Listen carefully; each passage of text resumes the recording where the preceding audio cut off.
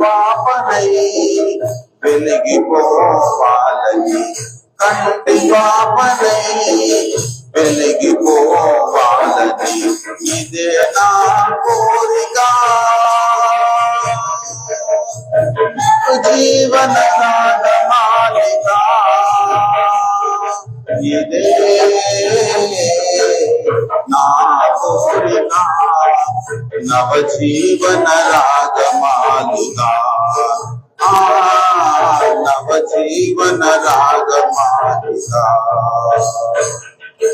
యాత్రను ముగించిన వేళ ఆరోహణమై పోవాలని, యాత్రను ముగించిన వేళ ఆరోహణమై పోవాలని, క్రీస్తు యేసుతో సింహాసనము, క్రీస్తు యేసుతో సింహాసనము పైకెగసి కూర్చోవాలని, పైకెగసి కూర్చోవాలని, ఇదే నా కోరిక. నవజీవన రాగమాలిక ఇదే నా కోరిక, నవజీవన రాగమాలిక, నవజీవన రాగమాలిక. హల్లెలూయా, దేవునికి స్తోత్రం. హల్లెలూయా. మంచిది ప్రియులారా, మరి ఆదివారమున మనము రొట్టె విరుచుటకు కూడి ఉన్నాము గనుక హెచ్చరిక వాక్యముగా ఒక చిన్న మాటను చదువుకుందాం.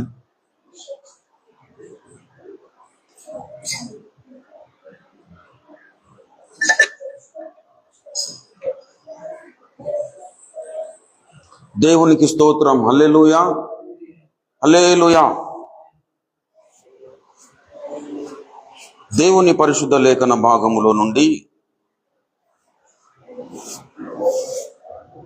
ద్వితీయోపదేశ కాండము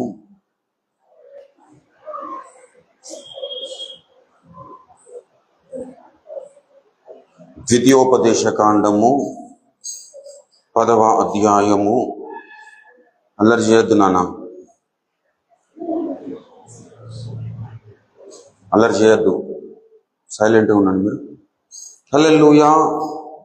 ద్వితీయోపదేశ కాండము 10వ అధ్యాయము 12, 13 వచనాలు.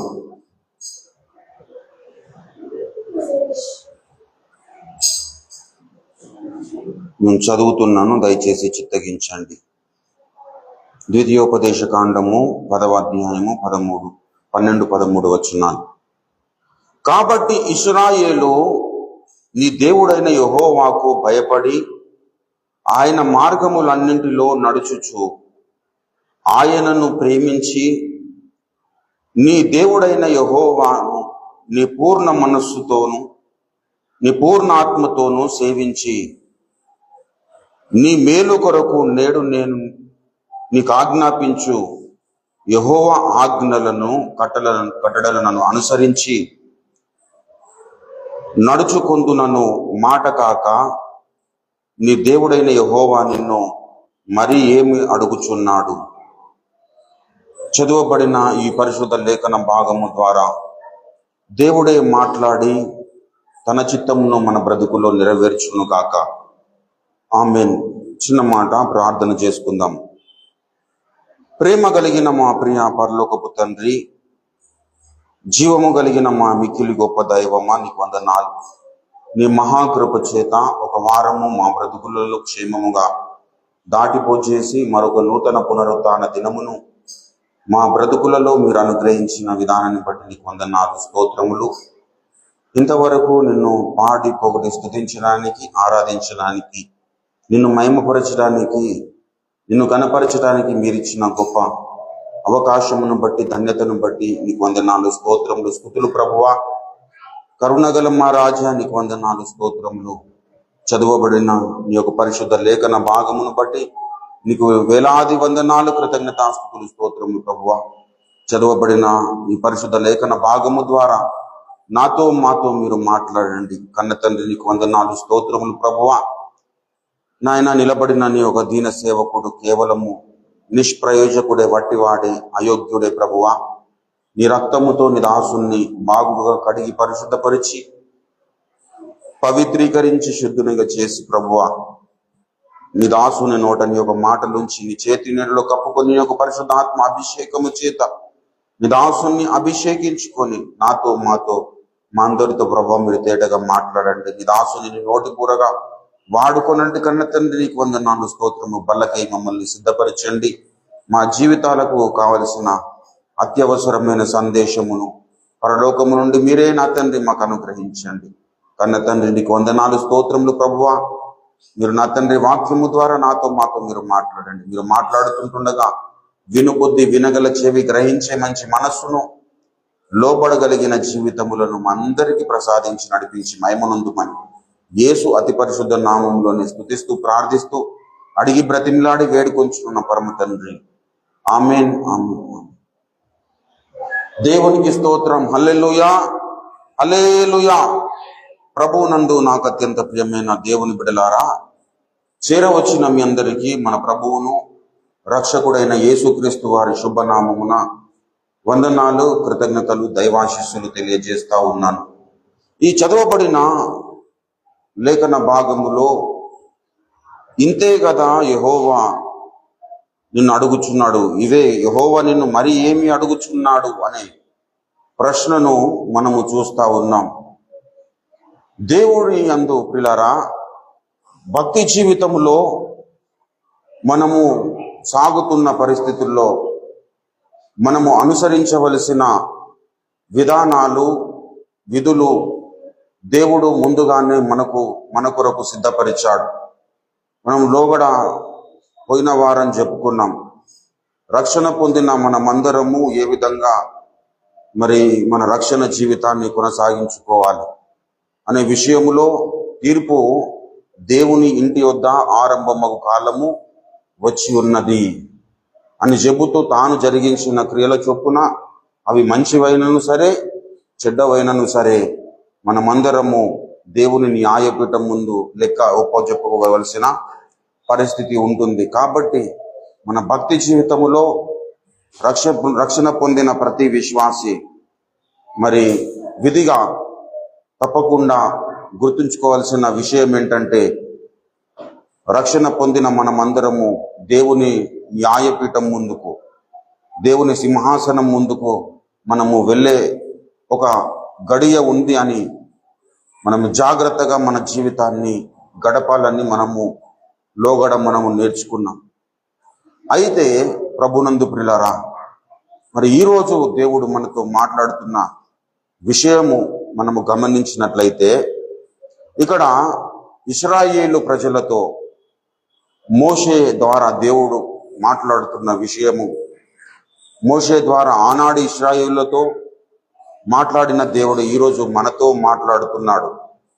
ఏంటి ఆ విషయం అంటే, కాబట్టి ఇశ్రాయేలు నీ దేవుడైన యెహోవాకు భయపడి ఆయన మార్గములన్నిటిలో నడుచుచు ఆయనను ప్రేమించి నీ దేవుడైన యెహోవాను నీ పూర్ణ మనస్సుతోనూ పూర్ణ ఆత్మతోనూ సేవించి అంటున్నాడు. రక్షణ పొందిన మన జీవితములలో దేవుడు ఎక్స్పెక్ట్ చేస్తున్న విషయాలను ఇక్కడ రాయబడ్డాయి. ఇదే కోవకు చెందిన విషయాలు బైబిల్ గ్రంథంలో చాలా చోట్ల పరిశుద్ధాత్మ దేవుడు రాయించాడు. మెట్టుకు మీకా ప్రవచన గ్రంథములో కూడా అక్కడ చెప్తాడు. మీకా గ్రంథము, మీకా ప్రవచన గ్రంథము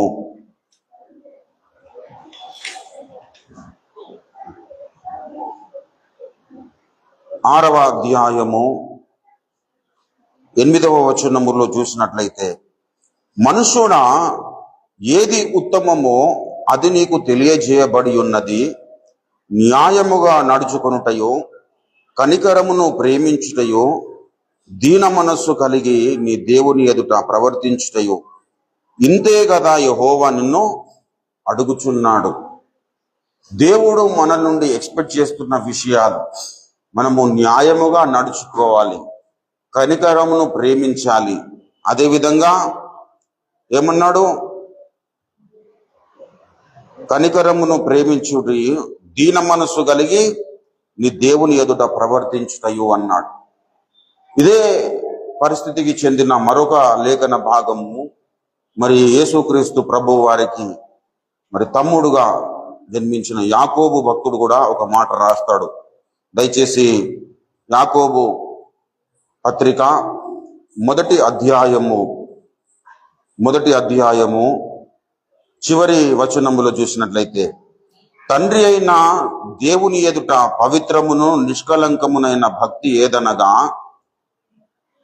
దిక్కులేని పిల్లలను విధవరాండ్లను వారి ఇబ్బందుల్లో పరామర్శించుటయు, ఇహలోక మాలిన్యమును అంటించుకోకుండా ఇహలోక మాలిన్యమును తనకంటకుండా తన్ను తాను కాపాడుకొనుటయే. దేవుని నామానికి స్తుతి కలుగును గాక. హల్లెలూయా. ఇహలోక మాలిన్యమును తనకంటకుండా తన్ను తాను కాపాడుకొనుటయే అన్నాడు.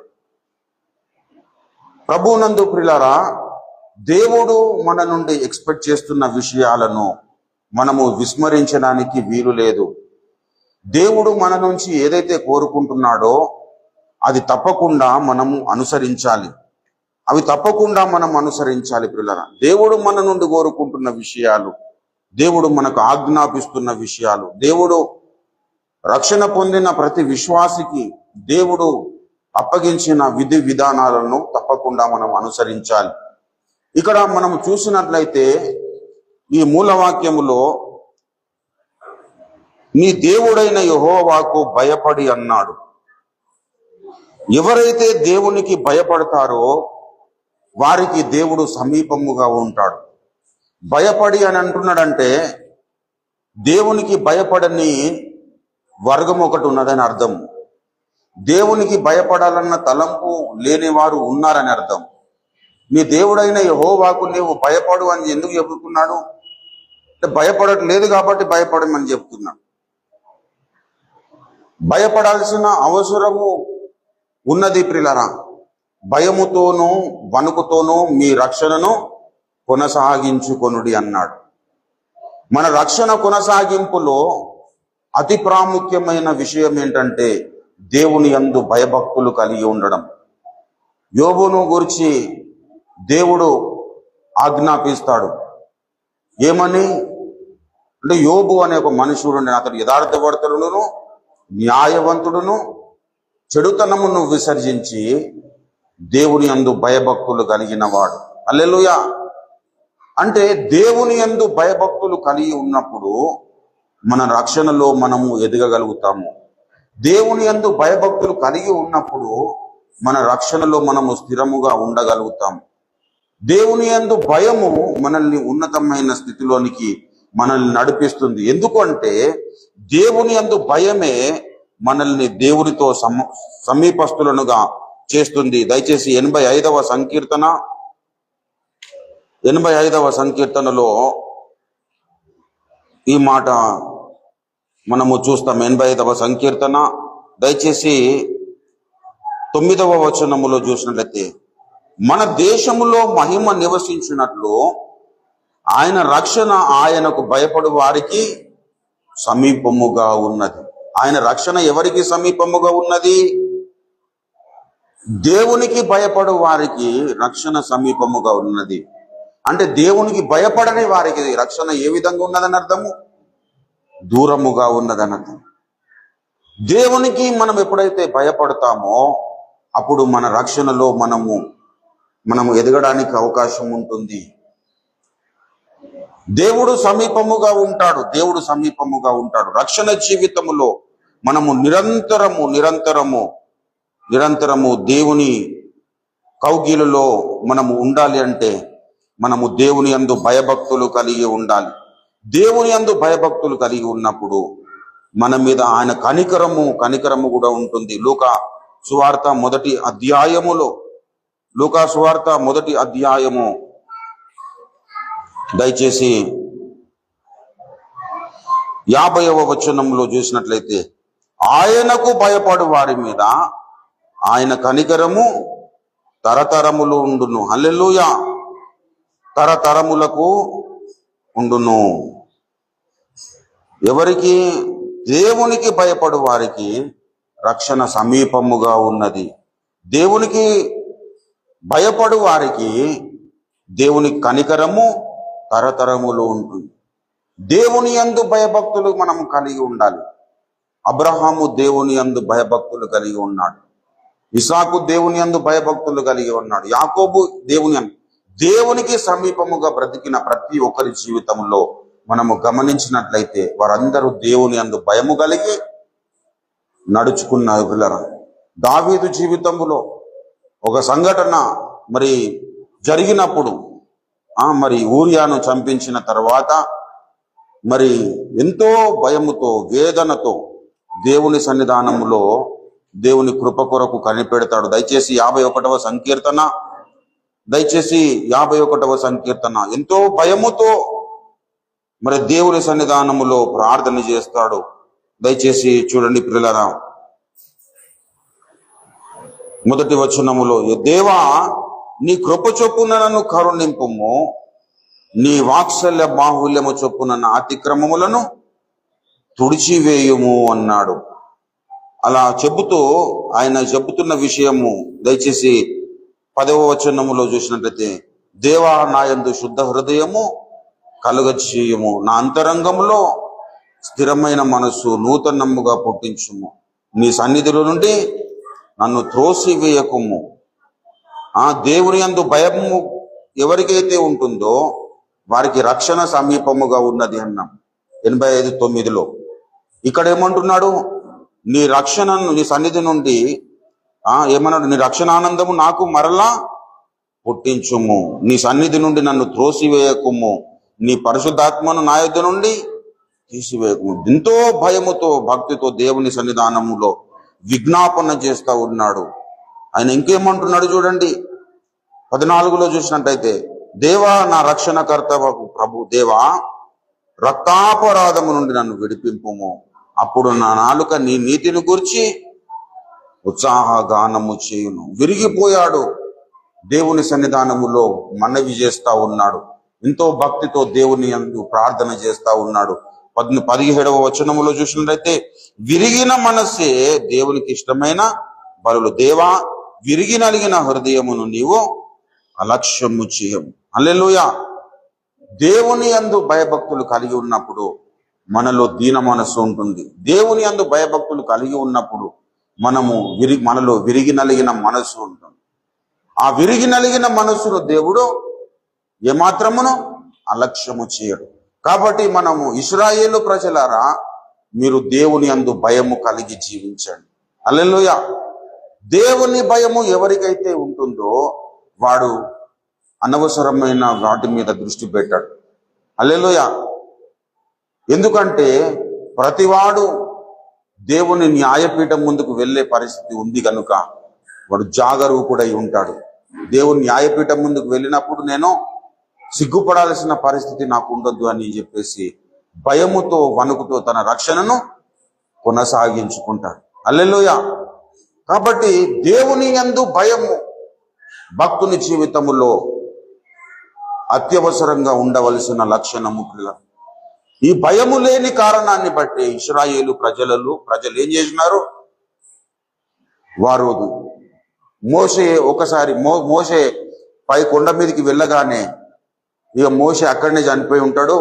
కాబట్టి ఇప్పుడు మేము మాకు ఒక దేవుణ్ణి చేసుకుందామని చెప్పేసి ఒక పోత పోసిన విగ్రహమును చేసుకొని దానికి బలులు అర్పించారు. అంటే దేవుని యందు భయము వారికి లేదు పిల్లలు. కాబట్టి మోషే ద్వారా మరి 2 రాతి పలకలను తీసుకొని రమ్మని మరి దేవుడు మోషేకు 10 ఆజ్ఞలను మరి అప్పగించాడు. అప్పగించిన క్రమంలో వారికి ఆజ్ఞాపిస్తున్న విషయం ఏంటంటే, మీరు దేవుని యందు మీ దేవుడైన యెహోవాకు భయపడి ఆయన మార్గములన్నిటిలో నడుచుచు అన్నాడు. హల్లెలూయా. ఆయన మార్గములో నడుచుచున్నాడా? ఆయన మార్గములన్నిటిలో నడుచుచున్నాడా? హల్లెలూయా. ఆయన మార్గములన్నిటిలో నడుచుచు అన్నాడు. అంటే దేవుని మార్గములలో మనము ఎక్కడ కూడా తప్పిపోవడానికి వీల్లేదు పిల్లలు. ఆయన మార్గములన్నింటిలో మనం నడుచుకోవడానికి మన బ్రతుకులను సిద్ధం చేసుకోవాలి. మనము సిద్ధపడుతూ ఉండాలి. ప్రతినిత్యము ఆయన మార్గములను మనము వెతుకుతూ ఉండాలి. హల్లెలూయా. నీ మార్గములు అగమ్యములు అన్నాడు. అంటే గోచరము కానివి, ఎంతో ఉన్నతమైనవి, ఎంతో శ్రేష్టమైనవి. ఆ మార్గములో నడవడానికి మనల్ని దేవుడు పిలుస్తా ఉన్నాడు. నీ దేవుడైన యెహోవా మార్గములన్నిటిలో మనము నడవాలి. హల్లెలూయా. దేవుని మార్గములో మరి చక్కనివి, శ్రేష్టమైనవి, దేవుని మార్గములు ఉత్తమమైనవి. దేవుని మార్గములలో రక్షణ పొందిన ప్రతి విశ్వాసి నడుచుకోవడానికి సిద్ధపడి ఉండాలి. ప్రభునందు ప్రియులారా, ఇప్పుడు దేవుని మార్గములో నడువమని ఇశ్రాయేలు ప్రజలకు ఎందుకు చెబుతున్నాడు దేవుడు? అంటే దేవునివి కాని మార్గములో వీరు నడవడం చేస్తా ఉన్నారు. హల్లెలూయా. ఇశ్రాయేలు ప్రజలను దేవుడు ఏర్పాటు చేసుకున్నాడు. ఏర్పాటు చేసుకున్న తర్వాత వారికి దేవుడు ఈ ఉపదేశం ఎందుకు చేస్తున్నాడు? మీరు నా మార్గములన్నిటిలో నడువమని ఎందుకు చెబుతున్నాడంటే, నా మార్గములు కాని వాటి విషయంలో మీరు నడుచుకుంటున్నారు కాబట్టి మీరు నా మార్గములో నడువు. మీరు ఎప్పుడైతే నా మార్గములో నడుస్తారో అప్పుడు భూలోకమును స్వతంత్రించుకుంటాడని కూడా చెప్పాడు. కీర్తనల గ్రంథం 37లో రండి దయచేసి. 37వ సంకీర్తన, 37వ సంకీర్తన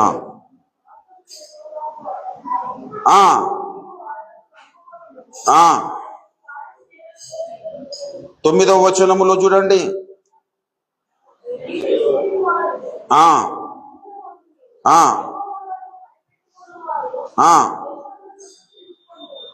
యెహోవా కొరకు కనిపెట్టుకుని వారు దేశమును స్వతంత్రించుకొందురు. హల్లెలూయా. నీ మార్గములను యెహోవాకు అప్పగింపుమన్నాడు.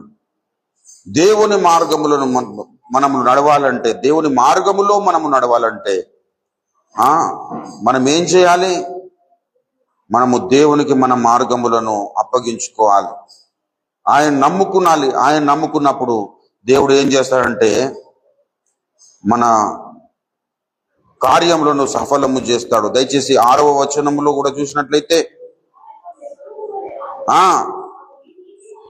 మధ్యాహ్నం వల్ల నీ నిర్దోషత్వమును వెల్లడి చేసి ఉన్నాడు.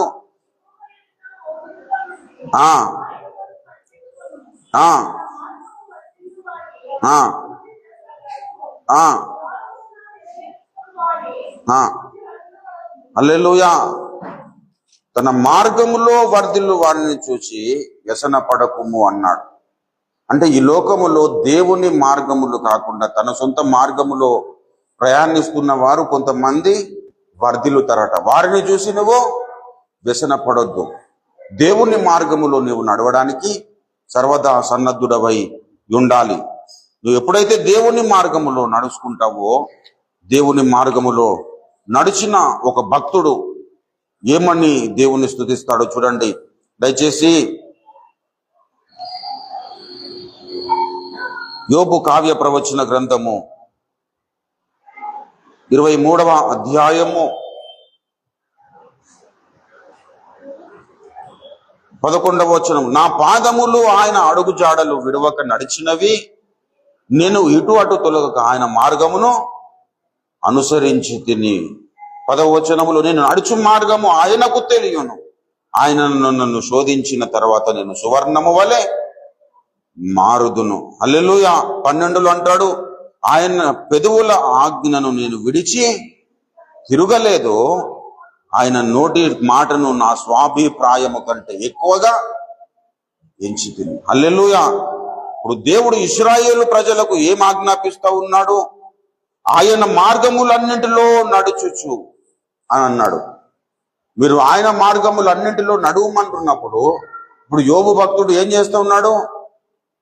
నా మార్గములు ఆయనకు తెలియను అన్నాడు. అంటే యోబు ఏ మార్గములో నడుస్తున్నాడో ఆ మార్గములన్నీ దేవునికి అప్పగించుకున్నాడు. హల్లెలూయా. తెలియను అంటే ఎట్లా తెలిసినాయి యోబు మార్గములు దేవునికి? అంటే అప్పగించుకున్నాడు. ప్రభువా, నేను నీ మార్గములు నడుస్తున్నాను. ఏ మార్గం అది? దేవుడు ఇష్టపడే మార్గము, దేవుడు ఆనందించే మార్గము. ఆ మార్గములో నడుస్తూ ఏమంటున్నాడు? నేను నా నడుచు మార్గము ఆయనకు తెలియను, నేను శోధింపబడిన తర్వాత నేను సువర్ణము వలె మారుదును. అంటే నేను ఏ మార్గములో నడుస్తున్నానో ఆ మార్గములో నేను చక్కగా నడుస్తున్న క్రమంలో, ఆ చక్కని మార్గములో చక్కగా నడుస్తున్న క్రమంలో నాకు కొన్ని శోధనలు ఎదురైతాయి, నాకు కొన్ని వేదనలు ఎదురైతాయి, కొన్ని పరిస్థితులు, దుఃఖకరమైన పరిస్థితులు ఏర్పడతాయి. ఆ ఏర్పడుతున్న క్రమంలో భక్తుని యొక్క డెస్టినేషన్ ఎక్కడుందో తెలుసా? ఈ శోధనలను అన్నింటినీ జయించిన తర్వాత నేను సువర్ణము వలె కనబడుతుంది. హల్లెలూయా. భక్తుని జీవితములో ఎప్పుడు కూడా కృంగిపోవడానికి వీల్లేదు ప్రియులారా. మనము చక్కని మార్గములో నడుస్తున్నప్పుడు మనము కొన్ని ఎదురు దెబ్బలు తగులుతాయి. 38వ సంకీర్తనలో దావీదు భక్తుడు ఏమన్నాడు? యెహోవా, నా శత్రువులు చురుకైన వారును బలవంతులునై ఉన్నారు, నిర్హేతుకముగా నన్ను ద్వేషించువారు అనేకులు, మేలునకు ప్రతిగా వారు నాకు కీడు చేయుచున్నారు. నేను ఉత్తమమైన దానిని అనుసరించుచున్నందుకు వారు నాకు శత్రువులైన. హల్లెలూయా. మేలునకు ప్రతిగా కీడు చేయుచున్నారన్నాడు. నీవు ఒక ఉత్తమమైన మార్గములో నడుస్తున్నప్పుడు నీ జీవితంలో కూడా ఇలాంటి పరిస్థితి వస్తుంది. నువ్వు నడక మార్చొద్దు ప్రియులా, నువ్వు నడక మానేయద్దు. చాలా మంది జీవితాలలో ఈ పరిస్థితి దాపురించింది. ఏంటంటే సంతోషంగా ఉన్నప్పుడు దేవుణ్ణి స్తుతిస్తా ఉన్నారు, దేవుణ్ణి మహిమపరుస్తున్నారు, దేవుణ్ణి కనపరుస్తున్నారు, ఆయన మార్గంలో నడవడానికి ఇష్టపడుతున్నారు. కానీ ఏదన్నా శోధనలో మనము ప్రవేశించిన వెంటనే దేవుని మీద సనుగుతున్నారు. ఆనాడు ఇశ్రాయేలులు అదే పరిస్థితి చేసినారు. ఆకలి కాగానే ఈ అరణ్యములో దేవుడు మమ్మల్ని చంపడానికి తీసుకొచ్చినారన్నారు. అక్కడ మాకు సోంపు ఉండేది, జీలకర్ర ఉండేది. ఈ చవిచారము లేని మన్నాను మేము ఎంతవరకు తినాలన్నా. అప్పుడు మాంసం కురిపించాడు, మాంసం తిని మళ్ళా దేవుని శోధించారు.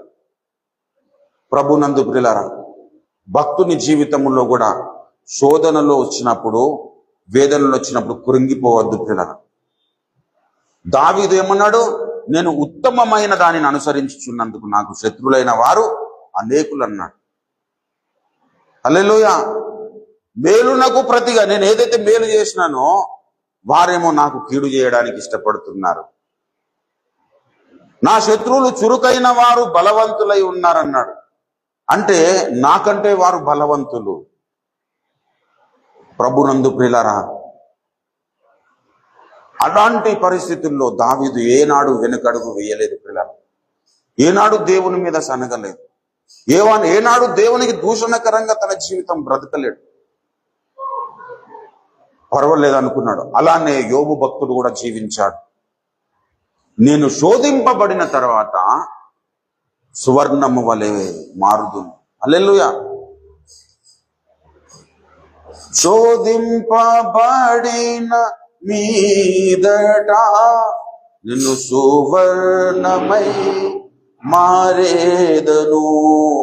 హల్లెలూయా, హల్లెలూయా, హల్లెలూయా, ఆమేన్. హల్లెలూయా, హల్లెలూయా, హల్లెలూయా, ఆమేన్. నేను వెళ్ళే మార్గము నా యేసుకే తెలియును. నేను వెళ్ళే మార్గము నా యేసుకే తెలియును. కడలేని కాణాలి తీరము ఎడమాయే కాడకు నా బ్రతుకునా కడలిలి తీరము ఎడమాయే కాడకు నా బ్రతుకునా గురిలేని తరుణాన వేరువగా గురిలేని తరుణా వేరువగా నా దరినే నిలిచి నా ప్రభు హల్లెలూయా హల్లెలూయా హల్లెలూయా ఆమేన్ హల్లెలూయా హల్లెలూయా హల్లెలూయా ఆమేన్ నేను వెళ్ళే మార్గము నా యేసుకే తెలియును నేను నా యేసుకే తెలియును జలమూలలో నే వెళ్ళినా అవి నా మీద పారవు జలమూలలో నే వెళ్ళినా అవి నా మీద పారవు అగ్నిలో నేను నడచిన అగ్నిలో నేను నడచిన జ్వాలలు నన్ను కాల్చ జాలవు హల్లెలూయా హల్లెలూయా హల్లెలూయా ఆమేన్ హల్లెలూయా హల్లెలూయా హల్లెలూయా ఆమేన్ నేను వెళ్ళే మార్గము నా యేసుకే తెలియును నేను వెళ్ళే మార్గము నా యేసుకే తెలియును శోధింపబడిన మీదట సువర్ణమై మారేదను శోధింపబడిన మీదట నేను సువర్ణమై ప్రకాశింతును హల్లెలూయా హల్లెలూయా హల్లెలూయా ఆమేన్ హల్లెలూయా హల్లెలూయా హల్లెలూయా ఆమేన్ హల్లెలూయా ప్రభువునందు ప్రియులారా యోబు భక్తుడు అంటున్నాడు దేవుని యొక్క నోటి మాటలు నా స్వాభిప్రాయము కంటే ఎక్కువగా అంటే నాకు ఒక అభిప్రాయం ఉన్నది నా మార్గములో నేను నడవాలని నాకు ఇష్టం ఉన్నది కానీ దేవుడు ఆజ్ఞాపించాడు ఆయన నోటి మాట బయలుదేరింది నా మార్గములో చక్కగా నడువమన్నాడు కాబట్టి నా మార్గములో నేను నడవడం కాదు దేవుని మార్గంలో నేను నడుస్తాను హల్లెలూయా దేవుని మార్గంలో మనం నడవడానికి సర్వదా సన్నద్ధులమై ఉండాలి ప్రియులారా ఇశ్రాయేలు ప్రజలు ఎటు పడితే అటు తొలగిపోయినారు దేవునికి దుఃఖము కలిగించారు వారి జీవితంలో సంభవించిన ప్రతి సంభవము మనకు బుద్ధి కలుగుట కొరకై దేవుడు వ్రాయించాడు చూడండి కొరింథీ రాసిన పత్రిక మొదటి కొరింథీ పత్రిక 10వ అధ్యాయం 10వ వచనంలో చూడండి మొదటి కొరింథీ 10వ అధ్యాయము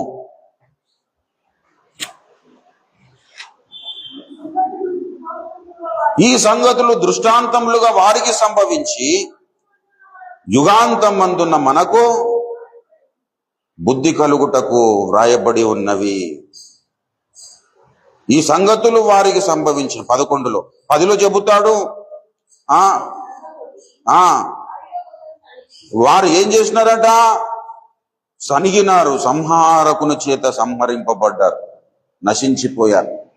కాబట్టి సనగొద్దు. మనము దేవుని మార్గంలో నడుస్తున్నప్పుడు కొన్ని సనిగే పరిస్థితులు వస్తాయని అర్థం.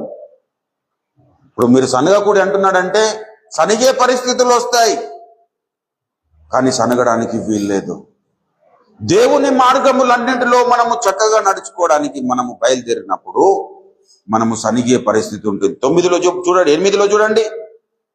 8లో మరియు వారి వలె మనము వ్యభిచరించకయుందుము. వారిలో కొందరు వ్యభిచరించినందున ఒక్క దినమునందే 23,000 మంది వ్యభిచరించి. ప్రభునందు పిల్లరా, వారు దేవుణ్ణి పక్కన పెట్టేసి దేవుడు అనుకొని పూజించడానికి ఒక దూడను చేసుకున్నారు. ప్రభునందు పిల్లరా, ఆ కారణాన్ని బట్టి అనేక మంది దేవునికి దూరం అయిపోయారు. 8లో చూడండి దయచేసి, 7లో చూడండి. జనులతో తినుటకు త్రాగుటకు కూర్చుండి ఆడుటకు లేచి అని వ్రాయబడినట్లు వారిలో కొందరి వల్లే మీరు విగ్రహారాధికులు అయి ఉండకూడి అన్నారు.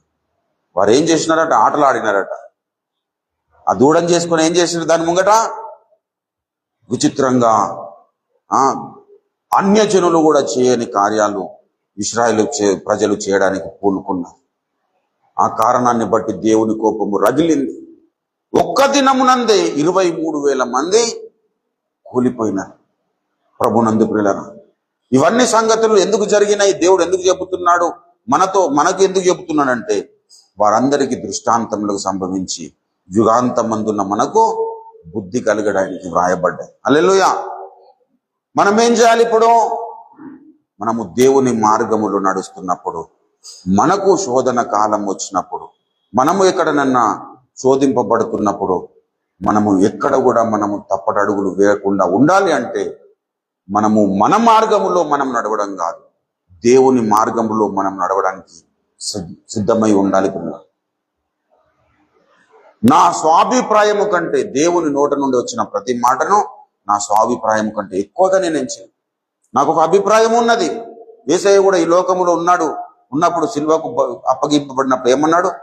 ప్రభువా నీ చిత్తమైతే, దేవా నీ చిత్తమైతే గిన్నె నా నుండి, అయినను నా చిత్తము కాదు నీ చిత్తమే జరుగునుగాక.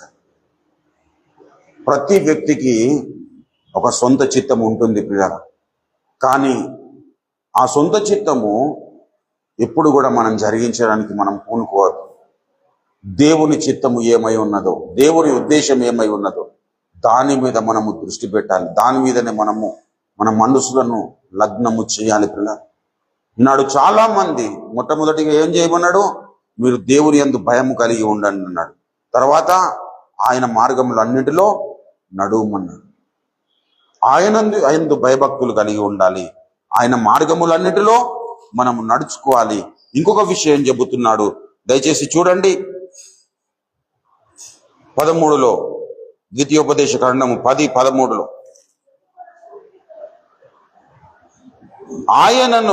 ఆయన మార్గములన్నిటిలో నడుచుచు ఆయనను ప్రేమించి నీ దేవుడైన యెహోవాను పూర్ణ మనస్సుతోనూ పూర్ణ ఆత్మతోనూ సేవించి. హల్లెలూయా. ఈ దేవుడైన యెహోవాను ఏం చేయాలి? నువ్వు ప్రేమించాలి. ప్రేమించడము అనగా అంటే ఆయన ఆజ్ఞలను అనుసరించడమే అంటాడు. దేవుణ్ణి ప్రేమించుట = ఆయన ఆజ్ఞలను అనుసరించుట. మొదటి యోహాను పత్రిక దయచేసి చూడండి ప్రియులారా. మొదటి యోహాను పత్రిక 5వ అధ్యాయము 2వ వచనమును చూసినట్టు, మనము దేవుని ప్రేమించుచు ఆయన ఆజ్ఞలను నెరవేర్చు వారమైతిమా, దేవుని పిల్లలను ప్రేమించున్నామని దాని వలన ఎరుగుదుము. ఆయన ఆజ్ఞలను గైకొనుటయే దేవుని ప్రేమించుట. ఆయన ఆజ్ఞలు ప్రభునందు ప్రియమైన దేవుని బిడ్డల, దేవుని ఎలా ప్రేమిస్తామంటే ఆయన ఆజ్ఞలు అనుసరించడంలోనే దేవుని ప్రేమించడము ఉన్నది. పిల్ల దేవుని ప్రేమిస్తున్నానంటే కానుకలు ఇవ్వడం దేవుని ప్రేమించడం కాదు, ప్రార్థన చేయడం దేవుని ప్రేమించడం కాదు. దేవుడు నీకు ఏ ఆజ్ఞలు ఆజ్ఞాపించాడు ఏవైతే విధి విధానాలు నీ కొరకు దేవుడు సిద్ధపరిచాడో అవన్నిటిని నువ్వు అనుసరించినప్పుడు దేవుని ప్రేమించగలిగినట్లు. హల్లెలూయా. ఈ కోణములో మనము గమనించినట్లయితే దేవుడు ఆజ్ఞాపించిన ఆజ్ఞలను మనం మీరినప్పుడు మనము దేవుని ప్రేమిస్తున్నామనా, ప్రేమించట్లేమనా? ప్రభునందు ప్రియమైన దేవుని బిడ్డల, మనం అనుకుంటాము నేను దేవుని ప్రేమిస్తున్నామని, కానీ దేవుని ప్రేమించలేకపోతున్నాం. దేవుణ్ణి ప్రేమించాలంటే దేవుడు ఆజ్ఞాపించిన ఆజ్ఞలన్నింటినీ మనము అనుసరించాలి. ఆనాటి భక్తులు అనుసరించాలి. దేవుణ్ణి ప్రేమిస్తున్న క్రమంలో తమ స్వచిత్తాన్ని సిలువకు అప్పగించుకున్నారు, తమ ఉద్దేశాలను సిలువకు అప్పగించుకున్నారు. వెనుకున్న వాటిని మరిచిపోయారు, ముందున్న వాటి కొరకు వేగిరపడ్డారు, గురి యొద్దకే పరిగెత్తారు. దేవుని చిత్తము జరిగించడానికి నేను మనుషుల మెప్పును కోరనానన్నాడు పౌలను. నేను మనుషులను సంతోషపెట్టు గోరు వాడనైతినా నేను దేవుని దాసుడను కాకయే పోదునన్నాడు. ప్రభునందు ప్రియమైన దేవుని బిడ్డలారా, దేవుని ఆజ్ఞలను మనము పాటిస్తున్నప్పుడు, నెరవేరుస్తున్నప్పుడు ప్రభునందు ప్రియులారా, లోకము మనకు శత్రువులుగా మారిపోతారు. లోకము మనల్ని ఒక వింత జంతువులాగా చూస్తూ ఉంటారు. ఏంద్రా వీడియో ఇలా ఉన్నాడని. అయినా కానీ మనము లోకమును సంతోష పెట్టడానికి మనం పూనుకోవద్దు. దేవుణ్ణి సంతోషపెట్టి ఘోర వారముగా మనం ఉండాలి. హల్లెలూయా. దేవుని మీద మన దృష్టి నిలపాలి. దేవుడు ఏ మాటలు చెప్పాడు, దేవుడు ఏ విధంగా నడుచుకోమన్నాడు, ఏ క్రమములో మనల్ని ముందుకు నడిపించాలని కోరుకుంటున్నాడు, దాని మీద మాత్రమే దృష్టి పెట్టాలి. నీవు దేవుడైన యెహోవాను ప్రేమించి నీ పూర్ణ హృదయముతో, నీ పూర్ణ ఆత్మతో, నీ పూర్ణ మనస్సులో నీ దేవుడైన యెహోవాను సేవింపవలెను అన్నాడు. అంటే దేవుణ్ణి ప్రేమించేటప్పుడు, దేవుణ్ణి సేవించేటప్పుడు మనము దేవుని ప్రేమించడము తప్పనిసరి. హల్లెలూయా.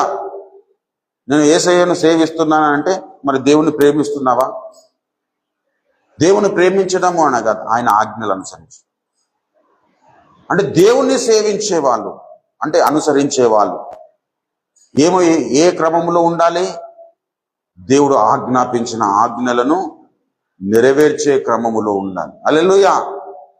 ఒక టైం వచ్చినప్పుడు నీ చిత్తమ్మా నా చిత్తమ్మా దేవుని చిత్తమ్మా అన్నప్పుడు, దేవా నా చిత్తము కాదు నీ చిత్తమే సిద్ధించును గాక అని చెప్పగలిగిన పరిపక్వత ప్రతి భక్తుని జీవితంలో, రక్షణ పొందిన ప్రతి నూతన ఇశ్రాయేలులో ఉండాలని దేవుడు ఇష్టపడుతూ ఉన్నాడు. ఆనాడు ఇశ్రాయేలు ప్రజలతో ఈ మాటని చెప్పాడు, నీ దేవుడైన యెహోవాను ప్రేమించి నీ పూర్ణ మనస్సుతో నీవు దేవుణ్ణి అనుసరించాలి, సేవించాలి, పూర్ణ ఆత్మతో సేవించి అన్నాడు. ఆ తర్వాత 13లో ఏం చెబుతున్నాడు? నీ మేలు కొరకు నేడు నేను నీకు ఆజ్ఞాపించు యెహోవా ఆజ్ఞలను కట్టడలను అనుసరించి నడుచుకొందునను మాట కాక నీ దేవుడైన యెహోవా నిన్ను మరీ ఏం అడుగుతున్నాడు? ఇంతే అడుగుతున్నాడు. ఏంటి? ప్రాముఖ్యమైనవి కొన్ని అడుగుతున్నాడు. కాబట్టి వీటి విషయములో మనము జాగ్రత్త కలిగి ఉండాలి. ఇప్పుడు మీకాలో ఏం చెప్పాడు? మనుషుడా ఏది ఉత్తమమో అది నీకు తెలియజేయబడి ఉన్నది. న్యాయముగా నడుచుకొనుటయు, కనికరమును ప్రేమించుటయు, నీ దేవుడైన యెహోవా ఎదుట దీన మనస్సు కలిగి ప్రవర్తించుట, ఇంతే కదా యెహోవా నిన్ను అడుగుచున్నాడన్నాడు. యాకోబు 1వ అధ్యాయం 28 చివరిలో ఏం చెబుతాడు? ఇహలోక మాలిన్యం నందించుకోనకుండా నిన్ను నీవే కాపాడుకోనమన్నాడు. అంటే రక్షణ పొందిన ప్రతి విశ్వాసి జీవితంలో మనము దేవుని యందు భయం కలిగి ఉండాలి. అదేవిధంగా దేవుని మార్గములన్నిటిలో నడవడానికి సిద్ధపడి ఉండాలి. అదేవిధంగా దేవుణ్ణి మనము శాశ్వతమైన ప్రేమతో ప్రేమించే వారమై ఉండాలి. హల్లెలూయా. ఎఫెసీ పత్రిక 6వ అధ్యాయం చివరి వచనంలో చూడండి. ఎఫెసీ పత్రిక 6వ అధ్యాయము చివరి వచనములో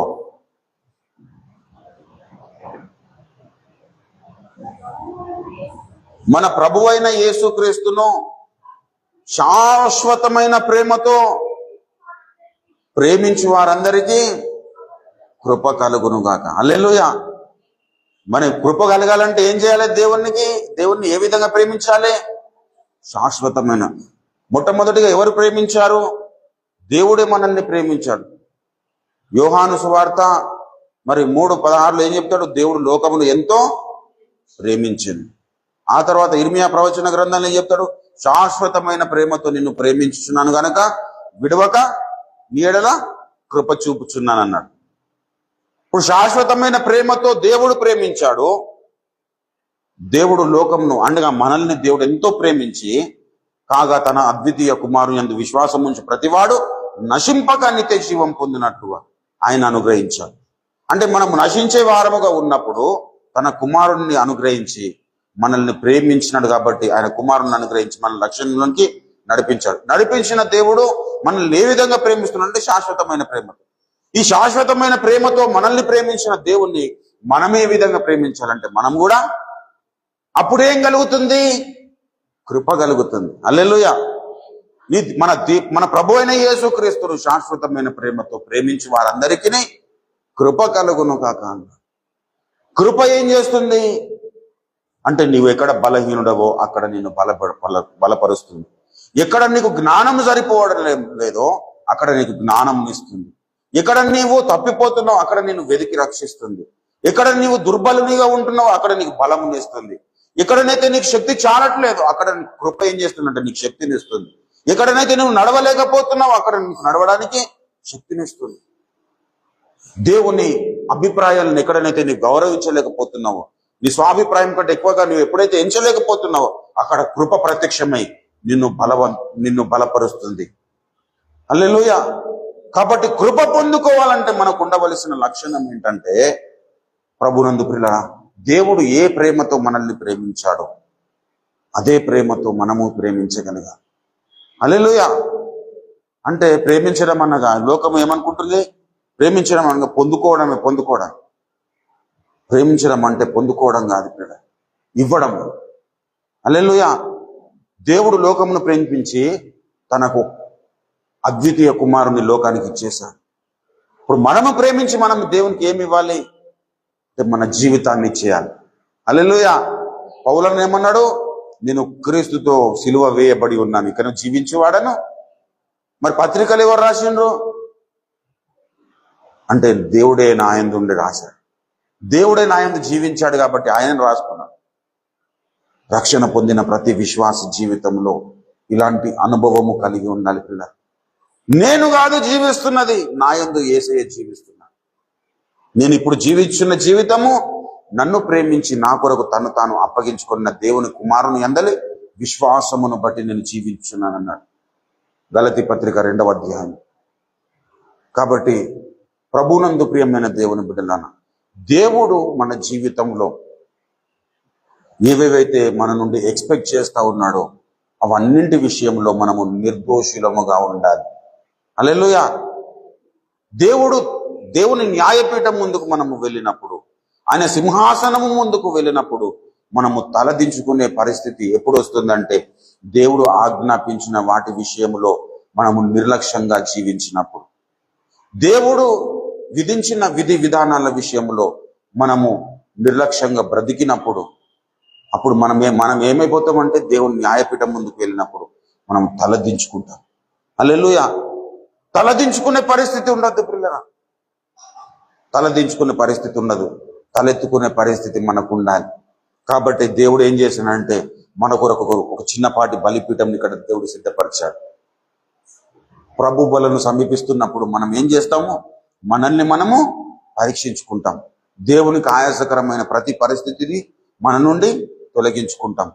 దేవుని రక్తములో, యేసు రక్తములో మనం కడగబడతాం. ఇక్కడ మనము పశ్చాత్తాపులం అవుతాం. ఇక్కడ పశ్చాత్తాపడి మనల్ని మనము సరి చేసుకున్న ఏ పరిస్థితులు ఉంటాయో అవన్నీ దేవుని న్యాయపీఠం ముందుకు వెళ్ళినప్పుడు అక్కడ దేవుడు ఇవన్నిటిని రద్దు చేసేస్తాడు. అరే అక్కడ ఒప్పుకున్నావు కదా, అక్కడ నువ్వు దుఃఖపడ్డావు కదా, పశ్చాత్తాపడ్డావు కదా, అక్కడ తప్పు అవన్నీ కొట్టిపేసినావు, ఎప్పుడో కొట్టేసినా మళ్ళీ ఎందుకు అవి గుర్తు చేస్తున్నారు అంటాడు. హల్లెలూయా. కాబట్టి మనకు ఒక శ్రేష్టమైన చిన్నపాటి బలిపీఠము ప్రభు బల్ల ఆరాధన పైన. ప్రభు బల్లను సమీపిస్తున్నప్పుడు మనల్ని మనము పరీక్షించుకోమన్నాడు. ఇతరులను పరీక్షిస్తాం మనం సాధారణంగా, కానీ లేఖనం ఏం చెబుతుంది? నిన్ను నీవు పరీక్షించుకోమన్నాడు. నిన్ను నీవు విమర్శించుకొనిన ఎడల తీర్పు పొందకపోదువు అన్నాడు. మనం తీర్పు పాలు కాకూడదు పిల్లలు. దేవుని ఇంటి దగ్గర తీర్పు ప్రారంభమగు కాలము వచ్చి ఉన్నది అన్నాడు పేతురు భక్తుడు. కానీ ఆ తీర్పులో నీవు దేవుని స్తుతించే వ్యక్తివిగా, దేవుని న్యాయపీఠం ముందుకు నువ్వు వెళ్ళినప్పుడు తలెత్తుకొని నిలబడే వ్యక్తివిగా నీవు ఉండాలి. అలా ఉండాలంటే నీ హృదయము నీ అందు దోషారోపణ చేయద్దు. హల్లెలూయా. మొదటి యోహాను పత్రిక దయచేసి చూడండి. మొదటి యోహాను పత్రిక దయచేసి 3వ అధ్యాయము 21వ వచనములో చూసినట్లయితే, ప్రియులారా, మన హృదయము మన యందు దోషారోపణ చేయని ఎడల దేవుని ఎదుట ధైర్యము గలవారమగుదుము. హల్లెలూయా. దేవుని ఎదుట మనము ధైర్యంగా నిలబడగలగాలి. ప్రభువా, నేను జీవించిన జీవితము నేను సరిగ్గా జీవించాను, నా ఆలోచనలు సరిగ్గా ఉన్నాయి, నా తలంపులు సరిగ్గా ఉన్నాయి, నా మార్గములు సరిగ్గా ఉన్నాయి, నా క్రియలు సరిగ్గా ఉన్నాయి, నేను ఎక్కడ కూడా అన్యాయం చేయలేదు, ఎక్కడ కూడా అక్రమము చేయలేదు, ఎవరిని ద్వేషించలేదు, ఎవరిని దూషించలేదు, అసహ్యుడనే బ్రతకలేను, అసూయ పడలేను, చెడ్డవారిని చూసి నేను కృంగిపోలేదు, ఎక్కడ కూడా నేను నీ ఆజ్ఞలను మీరలేదు, నువ్వు ఆజ్ఞాపించిన ఆజ్ఞలను అనుసరించాను అని అనుకున్నప్పుడు నువ్వు తప్పకుండా దేవుని న్యాయపీఠం ముందుకు వెళ్ళినప్పుడు ధైర్యంగా నిలబడగలుగుతావు. హల్లెలూయా. అక్కడ ధైర్యంగా నిలబడాలంటే ఇక్కడ నువ్వు మోకరించి నీ జీవితాన్ని పరీక్షించుకోవాలి. హల్లెలూయా. నువ్వు అక్కడ పోయిన తర్వాత పరీక్షించుకోవడానికి అవకాశం ఉండదు ప్రియులారా. ప్రభువా, నన్ను క్షమించుమని అక్కడ ప్రార్థన దేవుడు వినడు. నీకు నీ ప్రార్థన వినే ప్లేస్ భూలోకములోనే. హల్లెలూయా. నువ్వు అక్కడికి వెళ్ళిన తర్వాత ఇంకా తీర్పే. తాను జరిగించిన క్రియల చొప్పున అవి మంచివైనను సరే చెడ్డవైనను సరే, శరీరంతో తాను జరిగించిన క్రియలు ఏమన్నాడు చూడండి. కొరింథీయులకు రాసిన పత్రిక 2వ కొరింథీ 5వ అధ్యాయము 10వ వచనము, 2వ కొరింథీ 5వ అధ్యాయం 10వ వచనములో, ఎందుకనగా తాను జరిగించిన క్రియల చొప్పున అవి మంచివైనను సరే చెడ్డవైనను సరే దేహముతో జరిగించిన వాటి ఫలము ప్రతి వాడును పొందునట్లు మనమందరము క్రీస్తు న్యాయపీఠం ఎదుట ప్రత్యక్షము కావలయును. ప్రభునందు పిల్ల, ఇది దేవుని లేఖనము. దేవుని లేఖనము ఇప్పుడు కూడా నిరర్ధకము కాదు పిల్ల. లోకము గతించును కానీ దేవుని మాటలు నిలిచి ఉంటాయి. దేవుడు చెప్పిన మామూలుగా క్యాజువల్గా చెప్పిండో అని చాలా మంది అనుకుంటున్నారు. క్యాజువల్గా కాదు, అది పాటించకపోతే ప్రభునందు పిల్లలారా, ఎంతో అంటే తన ప్రాణము సైతము లెక్క చేయకుండా ప్రాణం పెట్టి మనల్ని ప్రేమించిన దేవుడు మనల్ని నరకంలో పడేయడానికి కూడా వెనుక తీయడు. మనం అజాగ్రత్తగా నడుచుకుంటే, అజాగ్రత్తగా జీవిస్తే, అజాగ్రత్తగా మన జీవితాన్ని లీడ్ చేస్తే, అజాగ్రత్తగా మాట్లాడితే, అజాగ్రత్తగా ప్రవర్తిస్తే మనల్ని దేవుడు అగ్నిగుండంలో పడేయడానికి కూడా వెనుకాడడు పిల్ల. కాబట్టి మన జీవితంలో మనం ఎప్పుడైతే అజాగ్రత్తగా బ్రతుకుతామో, ఎక్కడనైతే మనం అజాగ్రత్తగా మనం ఆలోచన చేస్తాము, అజాగ్రత్తగా మాట్లాడతాము, వాటి విషయంలో వెంటనే మోకరించి, ప్రభువా, ఈ విషయంలో ఫలానా వ్యక్తి విషయంలో ఫలానా వాళ్ళ విషయంలో నేను ఈ పొరపాటు చేశాను, దయతో నన్ను క్షమించండి, ఫలానా విషయంలో నేను తప్పిపోయానయ్యా, ఫలానా నా స్వభావము సరిగ్గా లేదు ప్రభువా, దయతో నన్ను క్షమించండి అని ఎప్పుడైతే మనము మన పాపాలను ఒప్పుకొని మనము విడిచిపెట్టి మారు మనసు పొంది పశ్చాత్తాపం అవుతామో అప్పుడు దేవుడు మనల్ని హక్కున చేర్చుకుంటాడు ప్రేర. అప్పుడు నీవు తీర్పు దినాన దేవుని న్యాయపీఠం ముందుకు వెళ్ళినప్పుడు దేవుని నోటి నుండి వచ్చే మాట ఏ విధంగా ఉండాలి తెలుసా? బలా నమ్మకమే నా మంచి కుమారుడా, హల్లెలూయా అని చెప్పగలగాలి. అలా చెప్పలేకపోతే పిల్లరా, మన రక్షణ జీవితంలో మనము సాధించిందంటూ ఏది ఉండదు. మనము సాధించవలసిన అతి ప్రాముఖ్యమైన విషయము ఏదైనా మన జీవితంలో ఒక లక్ష్యం ఉంటే అది దేవుని యందు మనము నిర్దోషములముగా నడుచుకోవడమే. హల్లెలూయా. మన హృదయము మన యందు దోషారోపణ చేయకుండా మనము బ్రతకడమే మనకున్న లక్ష్యముగా ఉండాలి. నీ హృదయము నిన్ను ఎప్పుడు కూడా అరే నువ్వు ఇలా తప్పు చేస్తున్నావు అని చెప్పగలిగిన పరిస్థితిలో ఉండదు. మన మనసాక్షి మనల్ని గద్దిస్తుందా లేదా? ఏదైనా పొరపాటు చేసినప్పుడు, ఏదైనా తప్పుగా మాట్లాడినప్పుడు ఆ మనస్సాక్షి గద్దించలేని స్థితిలోనికి మనం ఎదిగిపోవాలి. ప్రభునందు ప్రియులారా, మనస్సాక్షికి కూడా కల్మషము తోచుకున్నట్లు అని అన్నాడు హెబ్రీ పత్రికలో. ప్రభునందు ప్రియులారా, కాబట్టి మన జీవితంలో దేవుడు ఏదైతే ఆజ్ఞాపించాడో, దేవుడు ఏదైతే అనుసరించమని చెప్పాడో, దేవుడు ఏ విధంగానైతే జీవించమని చెప్పాడో ప్రతి విషయంలో మనము జాగరూకత కలిగి ఉండాలి. హల్లెలూయా. పలానా వాళ్ళు అట్లా చేసిరు కాబట్టి ఇట్లా చేయాలి అని అనుకోవడం మూర్ఖత్వం. వాళ్ళు ఎట్లా చేసిరు అనేది నీకు తర్వాత విషయం.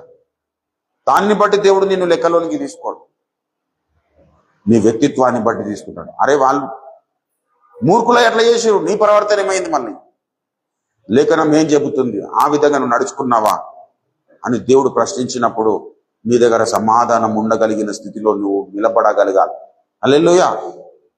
పలానా వాళ్ళు నాకు అట్లా చేసిరు కాబట్టి నేను ఇట్లా చేస్తానంటే అట్లా చేయమనే కదా ఉందా? దేవుడు ఏమన్నాడు? నీ శత్రువులను ప్రేమించమన్నాడు. శత్రువులనే ప్రేమించమన్న దేవుడు మరి తీర్పు దగ్గరకు వచ్చిన తర్వాత నీ సహోదరుని ద్వేషిస్తే లేదంటే దేవునికి అయిష్టంగా నువ్వు మాట్లాడితే, దేవుడి మీద సనుగితే తీర్పు తీర్చాడా? ప్రభునందు ప్రియమైన దేవుని బిడ్డలారా, దేవుడు ఎటువంటి ప్రేమామయుడో అలాంటి ప్రేమ చేత మనము నింపబడాలి. దుష్టుడైన అపవాది ఏం చేస్తాడంటే, దేవుడు ఏ విధంగానైతే ప్రేమమయుడో ఆ ప్రేమ కాకుండా లోకములో ఉంటున్న ప్రేమమయులను తయారు చేస్తాడు. లోకములో ఉంటున్న ప్రేమికులు ఇప్పుడు ఏం చేస్తున్నారు మనం చూస్తున్నాం కదా. లోకములో ఉంటున్న ప్రేమికులు ఒక అబ్బాయి ఇష్టపడ్డాడు. అప్పుడు ఆ అమ్మాయి రిజెక్ట్ చేసింది అనుకో, వీడు నిజంగా ప్రేమిస్తున్నానని చెప్పేసి ఏం చేస్తాడు? యాసిడ్ పోస్తా ఉన్నాడు. వాస్తవానికి ఏం చేసుకోవాలి? వీడియో పోసుకోవాలి. ప్రభునందు ప్రియులారా, ప్రేమ ఎప్పుడైనా నష్టపోవడానికి ఇష్టపడుతుంది. ప్రేమ ఎప్పుడైనా డంబముగా ప్రవర్తించదన్నాడు. ప్రేమ ఎదుటి వారిని కించపరచదు. ప్రేమ దోషములన్నింటినీ కప్పునన్నాడు. హల్లెలూయా. కానీ లోక ప్రేమలు ఏం చేస్తున్నాయంటే, స్వార్థపూరితమైన ప్రేమలు ఒక పరిస్థితిని ప్రేమగా చిత్రీకరించుకొని అవసరతలను తీర్చుకోవడానికి ఒక ప్రేమగా చిత్రీకరిస్తా ఉన్నారు. వాని అవసరం అది, దానికి ఒక ప్రేమ అనే ఒక వర్డ్ రాసుకుంటున్నాడు. కానీ దేవుని ప్రేమ అలా ఉండదు. దేవుడు లోకమును ఎంతో ప్రేమించి ఏం చేశాడో కుమారుని ఇచ్చేశాడు. అబ్రహాము కూడా దేవుని ప్రేమించి ఏం చేశాడు? ఆ కుమారుని బలి ఇవ్వడానికి సిద్ధపడు. అరే 25 సంవత్సరాలు వేడి చేపించిన ప్రభువా, బయటకు రప్పించి వృద్ధాప్యంలో కుమారుణ్ణి ఇచ్చావు. ఇచ్చిన కుమారుణ్ణి మరి ఇచ్చిన వెంటనే తీసుకోకుండా వానికి కొంత మంచి వయసుకు వచ్చేదాకా పెంచేటట్లుగా మీరు చేశారు. చేసిన తర్వాత ఇప్పుడు చంపేయమంటావు, ఇప్పుడు బలి ఇవ్వమంటావు. ఇదేం పంచాయతీ? నువ్వు ఒక కుమారుని అంటే నీకు అప్పుడు అర్థమవుతుంది. దేవుని మీద తిరుగుబాటు చేయలేదు. ప్రభునందు ప్రియులారా, ఈ బూడిదల నుండి కూడా దేవుడు నా కుమారుని ఇవ్వగలుగుతాడని నమ్మినాడు. బలిపీఠము సిద్ధపరిచాడు.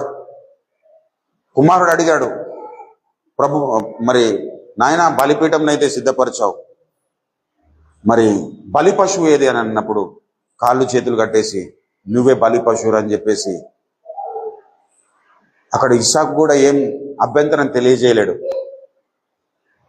ప్రభునందు ప్రియులారా, అలాంటి విధేయత. అందుకే అబ్రహామును దేవుడు విశ్వాసమునకు తండ్రిగా చేశాడు. విశ్వాసులకు తండ్రిగా దేవుడు నియమించి. ప్రభునందు ప్రియులారా, అలాంటి వ్యక్తిత్వం మనం సంతరించుకోవాలి. అలాంటి వ్యక్తిత్వము మనకు రావాలంటే దేవుడు ఆజ్ఞాపించినవి తూచ తప్పకుండా మనము నెరవేరుస్తూ ముందుకు సాగాలి. కొన్ని చెబుతున్నాడు, ఇంతే కదా దేవుడు నిన్ను అడుగుతున్నాడు అని చెబుతున్నాడు. కాబట్టి దేవుడు ఏవైతే మన నుండి ఎక్స్పెక్ట్ చేస్తున్నాడో వాటి విషయంలో మనము జాగరూకత కలిగి ఉన్నప్పుడే మనలో రక్షణానందం ఉంటుంది, సత్యానందం ఉంటుంది, వాక్యానందం ఉంటుంది, కుటుంబంలో రక్షణ గురించిన ఉత్సాహ సునాదము వినబడుతుంది. హల్లెలూయా. దేవుడు ఆజ్ఞాపించిన ఆజ్ఞలు కాకుండా నీ సొంత తెలివి ఎప్పుడైతే నువ్వు ప్రయోగిస్తావో అప్పుడు కుటుంబంలో శాంతి కరువైపోతుంది, సమాధానం ఉండదు, నీ వ్యక్తిత్వంలో మార్పులు వస్తాయి, నువ్వు దుష్టుని అనుసరించే క్రమము కూడా ఏర్పడుతుంది. కాబట్టి మన జీవితంలో మనకు దేవుడు అప్పగించిన ఆజ్ఞాపించిన వాటి మీదనే మనము దృష్టి నిలపాలి. నీ స్వాభిప్రాయము మీద నీవు ఎప్పుడు కూడా దృష్టి నిలపొద్దు. నీ స్వాభిప్రాయమును అనుసరించొద్దు. నీకు వచ్చే అభిప్రాయాలన్నీ దేవుని నీతిని జరిగించవు. హల్లెలూయా. ఎందుకంటే మన ఆలోచనలకు దేవుని ఆలోచనలకు చాలా వ్యత్యాసం ఉంది. మన ఆలోచన ప్రకారంగా నడుచుకుంటే మనం ఏ రోజు కూడా పరిశుద్ధులము కాలేము. అవుతామా? మన ఆలోచన ప్రకారంగా నడుచుకుంటే మనము పరిశుద్ధులము కాగలుగుతామా? కాలేము. మన ఆలోచన ప్రకారంగా నడుచుకుంటే మనం నీతిమంతులం కాగలుగుతామా? కాలేము. మన ఆలోచన ప్రకారంగా మనం నడుచుకుంటే దేవునికి ఇష్టలుగా బ్రతకగలుగుతామా? బ్రతకలేము. దేవుని ఆలోచన ప్రకారంగా, దేవుని చిత్త ప్రకారంగా, దేవుని ఇష్ట ప్రకారంగా మనం నడుచుకున్నప్పుడే మనము దేవుని సంతోషపరచగలుగుతాము, దేవునికి ఆనందము కలగజేసే విధంగా మనము మారగలుగుతాం. ప్రభునందు ప్రియులారా, ఈనాడు యేసయ్య అంటే నా ప్రాణము అని చెప్పుకునే వాళ్ళు చాలా మంది ఉన్నారు. అవునా? మనం పాట పాడతాం, అందరికీ వచ్చిన పాట. ఆస్తులన్నీ పోయినా అనాథగా మిగిలినా ఆప్తులే విడనాడినా ఆరోగ్యం క్షీణించినా ఆస్తులన్నీ పోయినా అనాథగా మిగిలినా ఆప్తులే విడనాడినా ఆరోగ్యం క్షీణించినా నీ మాట చాలయ్యా, నీ చూపు చాలయ్యా, నీ తోడు చాలయ్యా, నీ నీడ చాలయ్యా, నీ మాట చాలయ్యా, తోడు చాలయ్యా, నీ నీడ చాలయ్యా, ఉంటే నాకు చాలు యేసయ్యా, నీ ఉంటే ఉంటా యేసయ్యా, నీ ఉంటే నాకు చాలు యేసయ్యా,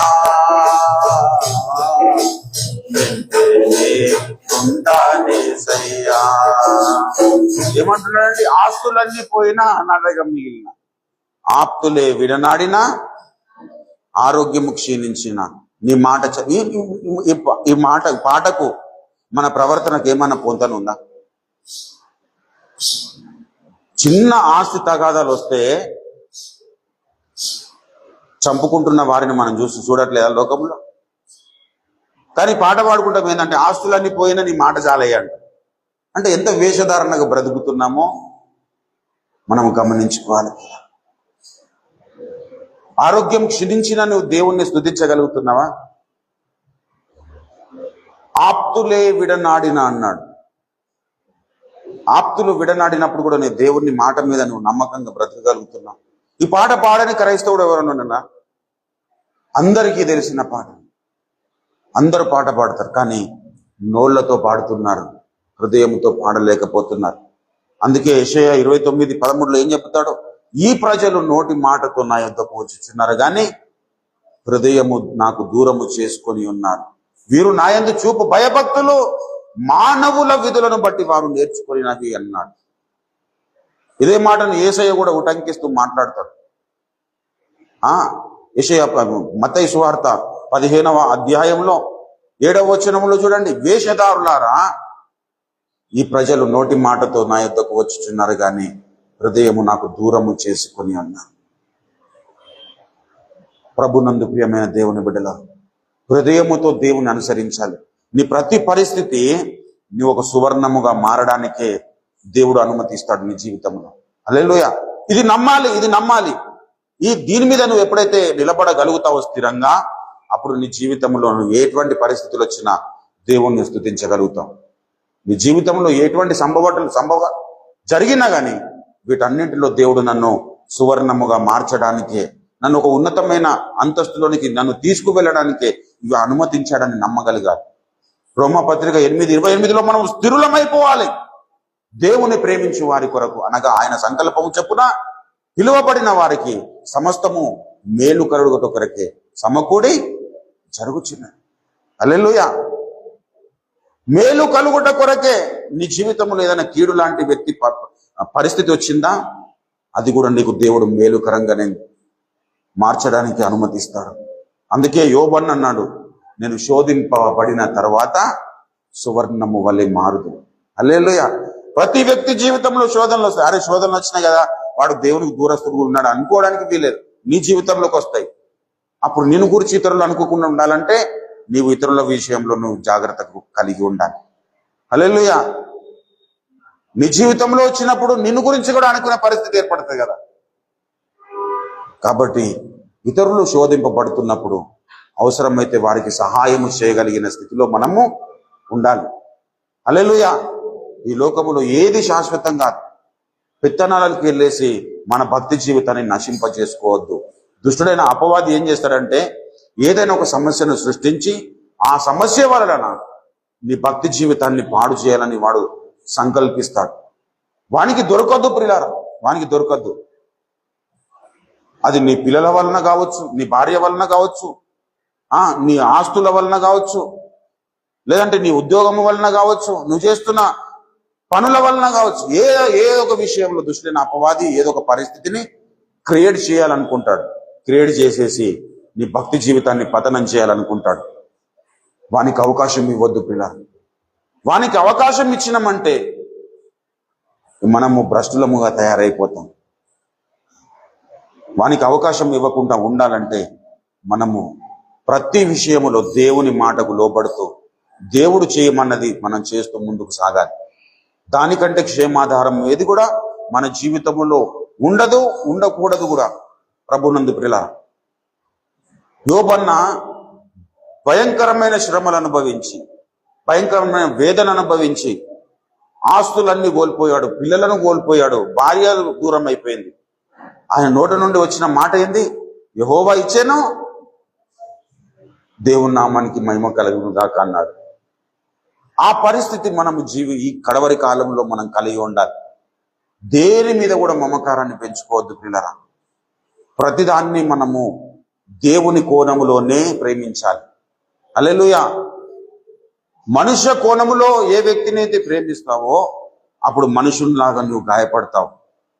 దేవుని కోణములో దేనైతే ప్రేమిస్తావో దాని కొరకు నీవు ఏ విధంగా దేవుడు ఇష్టపడుతున్నాడో ఆ ప్రకారంగా జీవించడానికి దేవుడే నీకు సహాయం చేస్తాడు. హల్లెలూయా.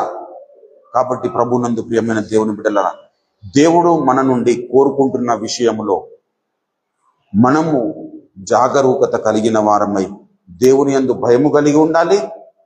దేవుని మార్గంలో నడుచుకోవాలి. దేవుణ్ణి ప్రేమించాలి. అది ఎలా? మన పూర్ణ శక్తితో, పూర్ణ ఆత్మతో, పూర్ణ బలముతో. అదేవిధంగా మీకాలో ఏం చెప్పాడు? న్యాయముగా నడుచుకున్నటయో. హల్లెలూయా. నీ భర్త విషయంలో నీకు ఒక తమ్ముడు ఉంటే, లేదంటే నీకు ఒక అన్న ఉంటే, నా అన్న కుటుంబం ఏ విధంగా ఉండాలి, నా తమ్ముని కుటుంబం ఏ విధంగా ఉండాలని ఇష్టపడతావో ఆ విధంగా నీ భర్త ఎడల నీవు ప్రవర్తించాలి. నీ భార్య విషయంలో నాకు ఒక చెల్లెలు ఉంటే నా చెల్లెలు ఏ విధంగా ఉంటే తన జీవితం బాగుంటుంది అనే విషయంలో నీ భార్య విషయంలో ప్రవర్తించాలి. ఇతరుల విషయంలో, సంఘపు వెలుపల ఉన్న వారి విషయంలో, యేసయ్య నా కొరకు ప్రాణం పెట్టాడు కదా, మరి వారి కూడా కొరకు ప్రాణం పెట్టాడు, వారికి రక్షణ సువార్తను అందించి వారిని రక్షణలోనికి నడిపించాలన్నా. ఇలాంటి పరిస్థితులను నువ్వు ఎప్పుడైతే కలిగి ఉంటావో, నువ్వు తల్లిదండ్రులుగా ఉంటే నా పిల్లల విషయంలో ఏ విధంగా నేను ప్రవర్తిస్తానో బయట వాళ్ళ విషయంలో కూడా ఆ విధమైన ప్రవర్తన కలిగి ఉండాలి. అరే వారు నాకు దూరస్తులు, వారు నాకు రక్త సంబంధులు కాదు కదా అని అనుకోవడానికి వీల్లేదు పిల్లలు. ఆ యోబు భక్తుడు అట్లా కనబడుతున్నాడు. నా అడుగుల లెక్క నేను తెలియజెప్పేదని అన్నాడు. 31లో లాస్ట్ వీక్ మనం చూసినాం కదా. యోబు 31లో ఏం చెప్తాడు? రాజు వలె నేను ఆయన యుద్ధకు వచ్చేదని అన్నాడు. నేను నా అడుగుల లెక్క తెలియజేద్దాం. నువ్వు అడగకపోయినా నేను చెప్పుకుంటాను ప్రభువా. ఆ స్థితిలోనికి మనం ఎదగాలంటే దేవుడు మన నుంచి కోరుకుంటున్న వాటి విషయంలో మనం జాగరూకత కలిగి ఉండాలి. దుష్టునికి అవకాశం ఇవ్వద్దు పిల్లలు. నీవు శోధన తీసుకొస్తాడు, ఆ శోధనలో నువ్వు తప్పిపోయేటట్టుగా దుష్టుడు చేస్తాడు. కానీ యేసయ్య మీద నువ్వు ఆధారపడితే, దేవుని మాటకు నువ్వు లోపడగలిగితే నీ కుటుంబాన్ని నువ్వు కట్టుకోగలుగుతావు, నీ జీవితాన్ని నువ్వు కట్టుకోగలుగుతావు. నీ ద్వారా దేవుని పని జరుగుతుంది. అలా జరగాలి అంటే నువ్వు దుష్టునికి అవకాశం ఇవ్వద్దు, దేవునికి నీ జీవితంలో అవకాశం ఇవ్వాలి. దుష్టుడు చెప్పినట్టుగా నువ్వు బ్రతకొద్దు, దేవుడు చెప్పినట్టుగా బ్రతకాలి. దుష్టుడు మన నుంచి కోరుకున్నట్లుగా మనము జీవించొద్దు. దేవుడు మన నుంచి ఏదైతే ఎక్స్పెక్ట్ చేస్తున్నాడో ఆ ప్రకారంగా మనం నడుచుకున్నట్లయితే దేవుడు ఆనందిస్తాడు. ఆ ఆనందము దేవుడు సంతోషించే సంతోషంలో మనము కూడా ఉండాలి. హల్లెలూయా. దేవుడికి ఆనందం కలగజేసే గుంపులో మనము ఉండాలి. అనేక మంది సిలువకు శత్రువులుగా నడుచుకుంటున్న క్రమంలో మనము సిలువకు సాక్షులముగా బ్రతకాలి. అనేకులు దేవుని విధులకు వ్యతిరేకముగా సాగుతున్న క్రమంలో మనము దేవుని విధులను పాటిస్తున్న వారముగా మనం ఉండాలి. అనేకులు దేవుణ్ణి తృణీకరిస్తున్న ఈ కాలములో మనము దేవుణ్ణి పొందుకునే పరిస్థితుల్లో మనం ఉండాలి. అనేకులు దేవుణ్ణి విసర్జిస్తున్న కాలం మనము దేవుణ్ణి పొందుకుంటూ, దేవుణ్ణి వెంబడిస్తూ, దేవుణ్ణి శాశ్వతమైన ప్రేమతో ప్రేమిస్తూ కృపచేత బలవంతులమై ముందుకు సాగున్నట్లుగా మనము సరిచూసుకుందాం పిల్లరా. దేవుని మీద మాత్రమే మనం దృష్టి పెడదాం. నువ్వు ఎప్పుడు కూడా లోకము మీద దృష్టి పెట్టద్దు, నీ స్వచిత్తం మీద దృష్టి పెట్టద్దు, నీ కుటుంబం మీద దృష్టి పెట్టద్దు. దేవుని మీదనే దృష్టి పెట్టి మిగతా వ్యవస్థను అంతటిని దేవుని కోణములోనే సరి చేసుకుంటూ ముందుకు సాగితే నీ జీవితమే ఒక ధన్యకరంగా దేవుడు నిలబెడతాడు. దేవుడు అటువంటి కృప మనందరికీ అనుగ్రహించి నడిపించి మహిమనందును గాక. ఆమేన్. రండి ప్రియులారా, మనం ప్రార్థన చేసుకుందాం. దేవునికి ఆయాసకరంగా నువ్వు ఎక్కడనైనా తప్పటడుగులు వేస్తే నువ్వు అక్కడ దేవునితో సమాధాన పడాల్సిన అవసరం ఉంది. ఆ అవకాశాన్ని దేవుడు ఇప్పుడు నీకు ఇస్తున్నాడు. ఇది శ్రేష్టమైన సమయము, దేవునితో సమాధాన పడే సమయం, దేవుని సహాయము చేత నింపబడే సమయము, నీ బాధలన్నింటినీ తొలగించుకునే సమయము, నీ కలిగిన వ్యతిరేక పరిస్థితులన్నింటి నుండి నువ్వు విడిపించబడే సమయం, దేవునితో నువ్వు మమేకమయ్యే సమయము కనుక ఈ సమయాన్ని సరిగ్గా సద్వినియోగం చేసుకుందాం ప్రియుల. చక్కగా సద్వినియోగం చేసుకుందాం. ఇప్పటి వరకు దేవుడు మనతో మాట్లాడినాడు, ఇప్పుడు మనం దేవునితో మాట్లాడదాం. ప్రభువా, నీ యందు భయము లేక తండ్రి నేను బ్రతికిన బ్రతుకు ఒకసారి క్షమించండి. నీ మార్గములన్నిటిలో నడవలేని పరిస్థితి నుండి